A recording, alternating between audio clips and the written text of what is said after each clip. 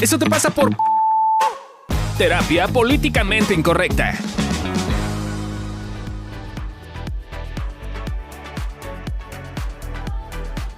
Hola, bienvenidos al tercer episodio de Comunicación en Pareja, con estos videos cortitos, episodios cortitos que estamos haciendo. Estoy con mi esposo, que se llama Fabio Valdés. Y yo soy Adri Carrillo. Y hoy, para terminar el bloque de comunicación, les tenemos como el qué hacer, ¿no? Ya te diste cuenta de los axiomas de la comunicación, ya te diste cuenta de qué tienes que ver tú con la comunicación y cómo la creas, y hoy te vamos a hablar de qué puedes hacer y una fórmula para poder empezar a comunicarte de una forma distinta con tu pareja. La poetisa colombiana Shakira decía que para cuando hay que empezar a hablar de dos, hay que empezar por uno mismo. Entonces, esa poetisa tenía razón. ¿Por qué? Porque la primera regla que queremos darles es que necesitas hablar en primera persona. O sea, yo. No es tú. Porque generalmente en discusiones en pareja es clásico que lo que haces es decir tú. Tú me hiciste, tú me dejaste, tú ensuciaste, tú te emputaste, tú me dejaste de hablar, tú eres un irresponsable, tú, no, o sea, ¿qué no hacemos? Decir yo me sentí triste, yo me dolió, yo me sentí no visto, yo me sentí no acomodado en esta vida. No hablamos de uno mismo, de lo que te pasa.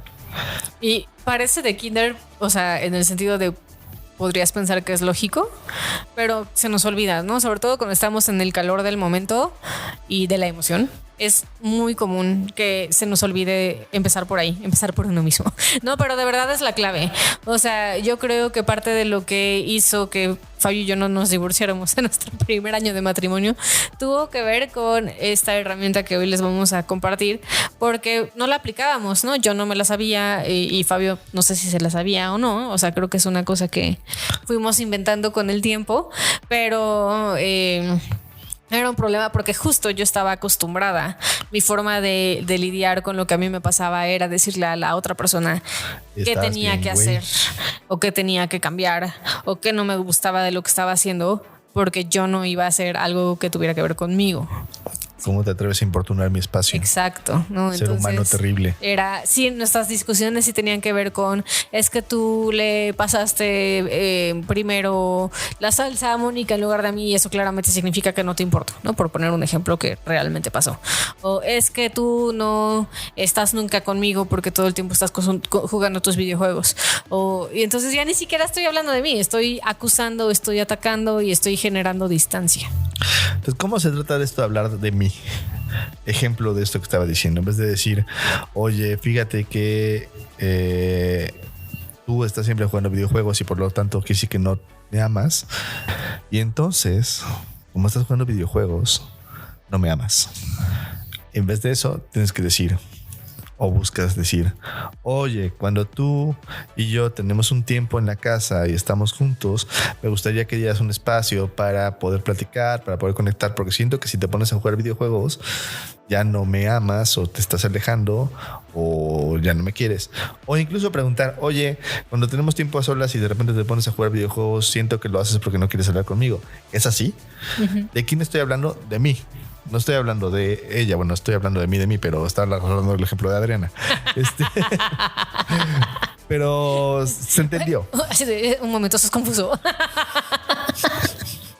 Exacto, se entendió. O sea, creo que eso fue una de las principales cosas que empecé a hacer con él, justo porque de verdad, no, o sea, llegábamos a la casa y Fabio se desconecta, se mete en su computadora, y una vez que está en su computadora no cuentas con él, créeme.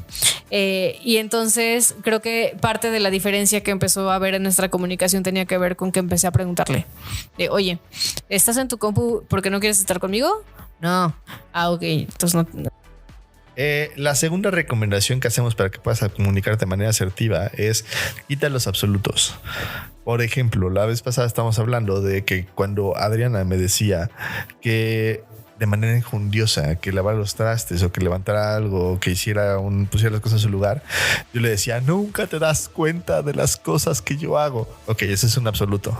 Ok, entonces, ¿qué pasa? Que cuando decimos eso estamos, por un lado, descalificando la comunicación del otro o lo que está haciendo el otro, y por otro lado, llevándolo a una cosa que es un idioma muy infantil.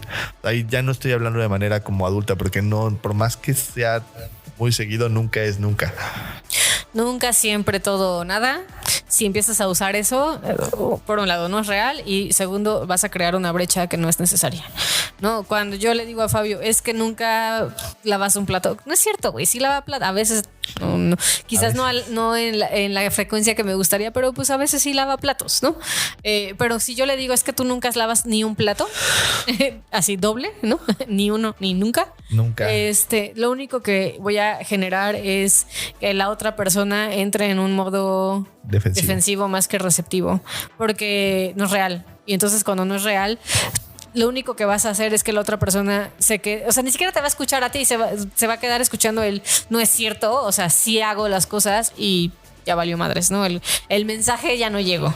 Y el mensaje tiene que ver con me gustaría que lo hicieras más frecuentemente.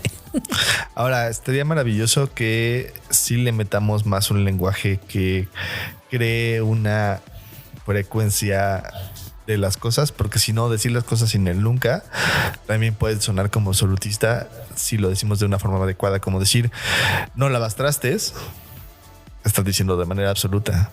Por eso es importante el mensaje. No tiene que ser absoluto, necesita ser relativo, tiene que ser con una frecuencia o con una circunstancia. Aunque tú estés seguro de que nunca he lavado un traste, seguro en algún momento lavó un traste cuando tú no veías. Entonces es decir, ok, a veces creo que no lavas tantos los trastes como me gustaría que los lavaras.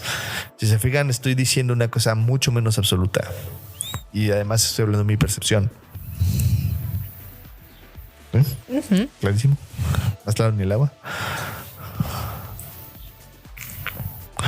Y la última cosa que queremos decirles para que aprendamos a comunicarnos de manera asertiva es: para hablar, describe acciones y la interpretación de lo que estás describiendo de la acción, no simplemente interpretaciones al aire. Ejemplo, no es lo mismo decir es que nunca me demuestras que me amas. Fíjense cómo estoy usando absoluto. Estoy hablando de la otra persona y además estoy hablando de algo que ni siquiera es como una cosa aterrizada, es una cosa ahí como interpretada, a decir, oye, yo he notado que no me has dado detalles y entonces me gustaría que me dieras unas flores de vez en cuando.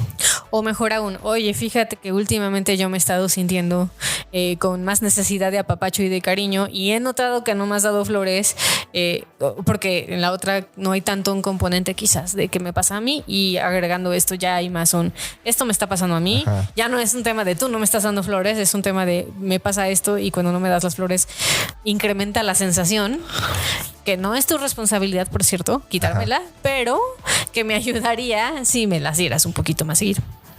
Oye, cuando tú sacas la basura, me siento la persona más amada de esta vida. También funciona para positivo. Entonces es bien importante como aprender a utilizar y describir las acciones y sumar la interpretación o la sensación que yo voy a tener al respecto de esa acción.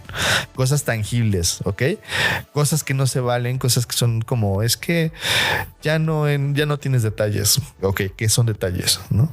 Es que ya no me demuestras que me amas. Ok, ¿cómo te puede demostrar que te ama? Es que me gustaría que hubiera más libertad. Ok, ¿qué es libertad? ¿Cómo son esas cosas de libertad? Y entonces lo puedes delimitar. Ajá. En acciones concretas. O el típico en el sexo. Es que creo que ya es muy rutinario. ¿Qué parte de la relación sexual es la rutinaria para ti?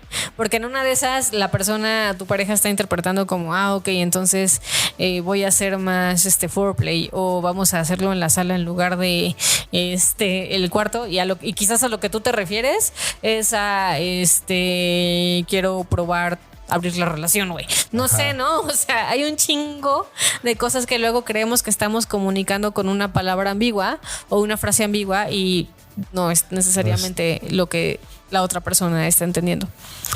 Y bien, pues esas son las cosas que les podemos decir.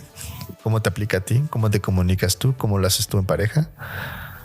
Y nada más como resumen para que tengas la fórmula muy clara. Recuerda, empieza hablando de ti, de qué te pasa a ti, habla en primera persona, no uses absolutos y... Habla de las acciones claras y de lo que sientes o de lo que vives con esa acción clara que te puede funcionar para que la relación realmente se consolide. Y esperamos que estos capítulos te hayan servido un chingo. Y si no, y sientes que faltó, pues también puedes decirnos y ahondamos un poquito más. Le echamos más ganitas. Bye. Bye.